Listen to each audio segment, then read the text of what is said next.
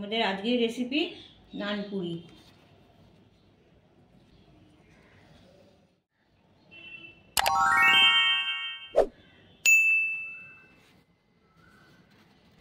কি দারুণ নরম আর স্পঞ্জি।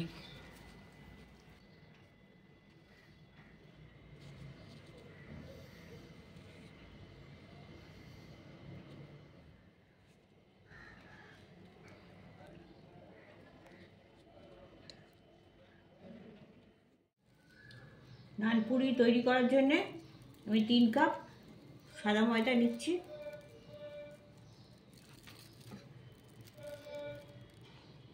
আমি এই রকম মাপের একটা কাপ নিয়েছি, আপনারা আপনাদের পছন্দ মতন কাপ মেপে নেবেন। এর সাথে হাফ চা চামচ বেকিং সোডা আমি দিয়ে দিচ্ছি, চা চামচের 2 চামচ চিনি দিয়ে দিচ্ছি। চিনিটা টকটাকে ব্যালেন্স করবে, কিন্তু খুব একটা মিষ্টি হবে না। আর স্বাদ মতো নুন দিয়ে দিচ্ছি। এগুলো সব মিক্স করে দিচ্ছি।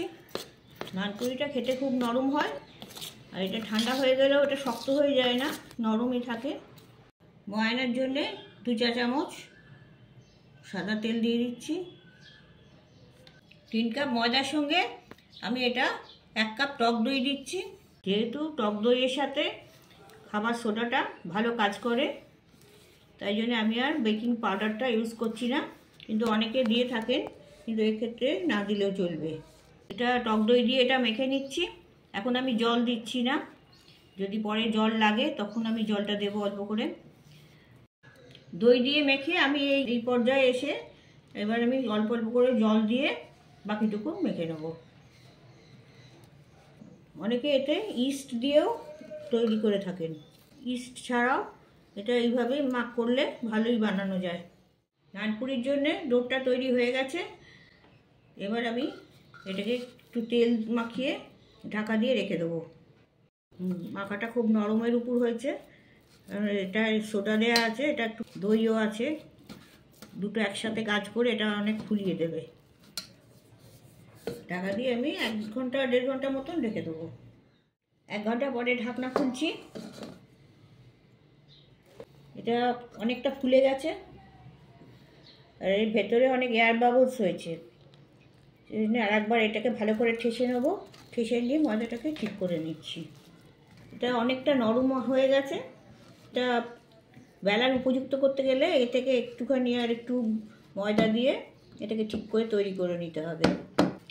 তাই আমি আর একটু সামান্য ময়দা গুঁড়ি দিয়ে এটাকে বেলার উপযুক্ত তৈরি করে নিতে হবে। দেখুন, খুব সামান্য একটুখানি গুঁড়ি দিয়েছি, হাতে আর লাগছে না। এইভাবে ময়দাটাকে তৈরি করে নিতে হবে। এরকম বড় বড় করে লুচির ডবল সাইজ লেচিগুলো করতে হবে। লেচিগুলো তেলে একটু ডুবিয়ে নিচ্ছি, ডুবিয়ে এইভাবে এবার বেলে নেব। এগুলো খুব একটা পাতলা করে বেলা যাবে না, একটু মোটার উপর বেলতে হবে।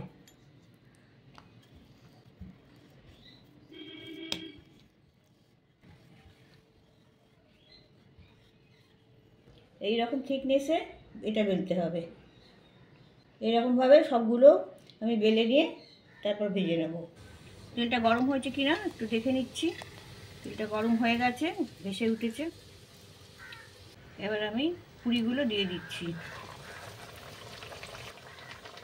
এটা বেশি কড়া করে ভাজা হবে না, একটু সাদা দুপুরে ভাজা হবে।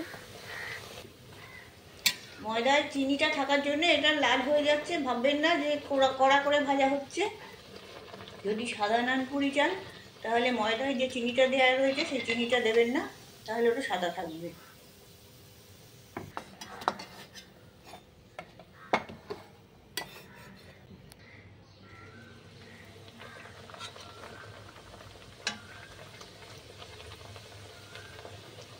এগুলো বেলে বেশিক্ষণ রেখে দেবেন না, বেলে তাড়াতাড়ি তেলে দেওয়ার চেষ্টা করবেন, তাহলে গায়ে সর পড়ে গেলে ফুলবে না। আর এগুলো আমার একটু বেলা বেশিক্ষণ ছিল বলে ওই জন্য ঠিক ফুলতে চাইছিল না।